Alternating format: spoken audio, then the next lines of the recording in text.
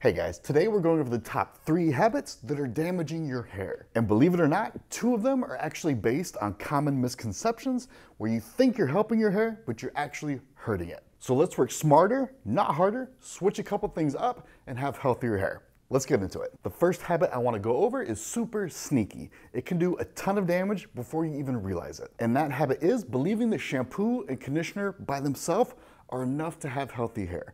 I can't tell you how many people come to me and say, Chris, why do I have damaged hair? I never use heat on it. The truth is, hair, just like skin, needs your help to stay healthy.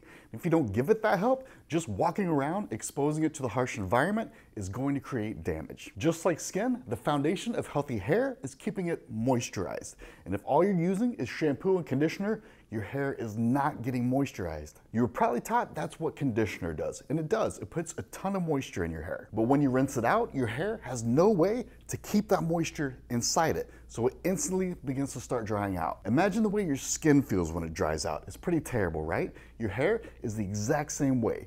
You may not be able to feel it, but it's happening. As it loses moisture, it also loses strength, elasticity, shine, and it becomes brittle. That's when you start getting split ends, damage, and breakage, and you don't want that. So long story short, you need a product to lock in the moisture from your conditioner.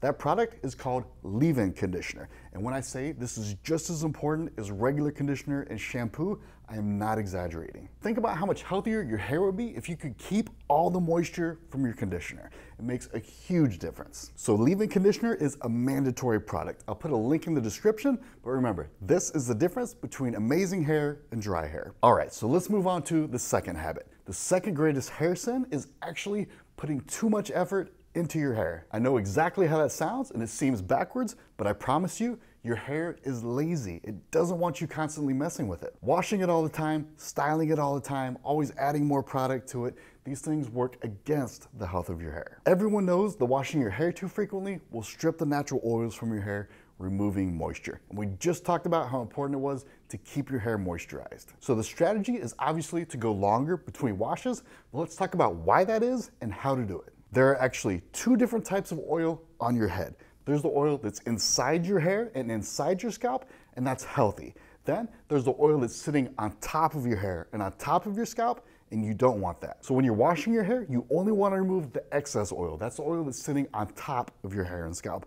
You never want to remove the moisture that's on the inside of your hair. So the key is to go long enough between washes to allow that extra oil to build up. That way it gets washed away instead of the natural healthy oils inside your hair. The amount of days between washes is going to be different for everybody. If you struggle with naturally oily hair, you may only be able to go 2 or 3 days between washes. But if you have a naturally dry scalp, there's nothing wrong with going 7 days between washes. And washing frequently means you have to style frequently. So if you're using any form of heat, it means you're putting heat on hair that's just been dried out and is already brittle. That's an absolute disaster. Please avoid that at all costs.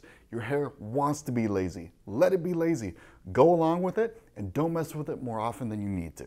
Before we go into the third and final habit, I would really appreciate it if you subscribed. If you get anything out of my videos, please hit subscribe. I do one every week. This way you'll see it. And that brings us to our last source of damage, which is actually lightening hair, bleaching hair, whatever you want to call it. It does a ton of damage, even if you just do parts of your hair. It always surprises me how few stylists are straightforward about how much damage lightening hair is going to do. As a client, you need to know and you need to be prepared. Now, don't get me wrong. I'm not saying don't go blonde. Blonde is awesome. Go for it if you want. What I'm saying is you want to go to a specialist, somebody who does this all the time, who knows how to do it with minimal damage. You also need to be realistic and listen to the specialist. If they tell you that it's better to take it slow and lighten your hair over multiple sessions, please listen to them. Don't go to somebody who agrees to do it all in one day. They're gonna fry your hair. It's gonna be damaged beyond repair. You're gonna have to cut it all off and start all over. So the moral of the story is go to a specialist, listen to the specialist, and if they tell you to do it over multiple sessions, please do it over multiple sessions. That wraps up the third and final source of hair damage, so hopefully you learned something that will help you have healthier hair. If you have a question, leave a comment below and I'll make sure to get back to you.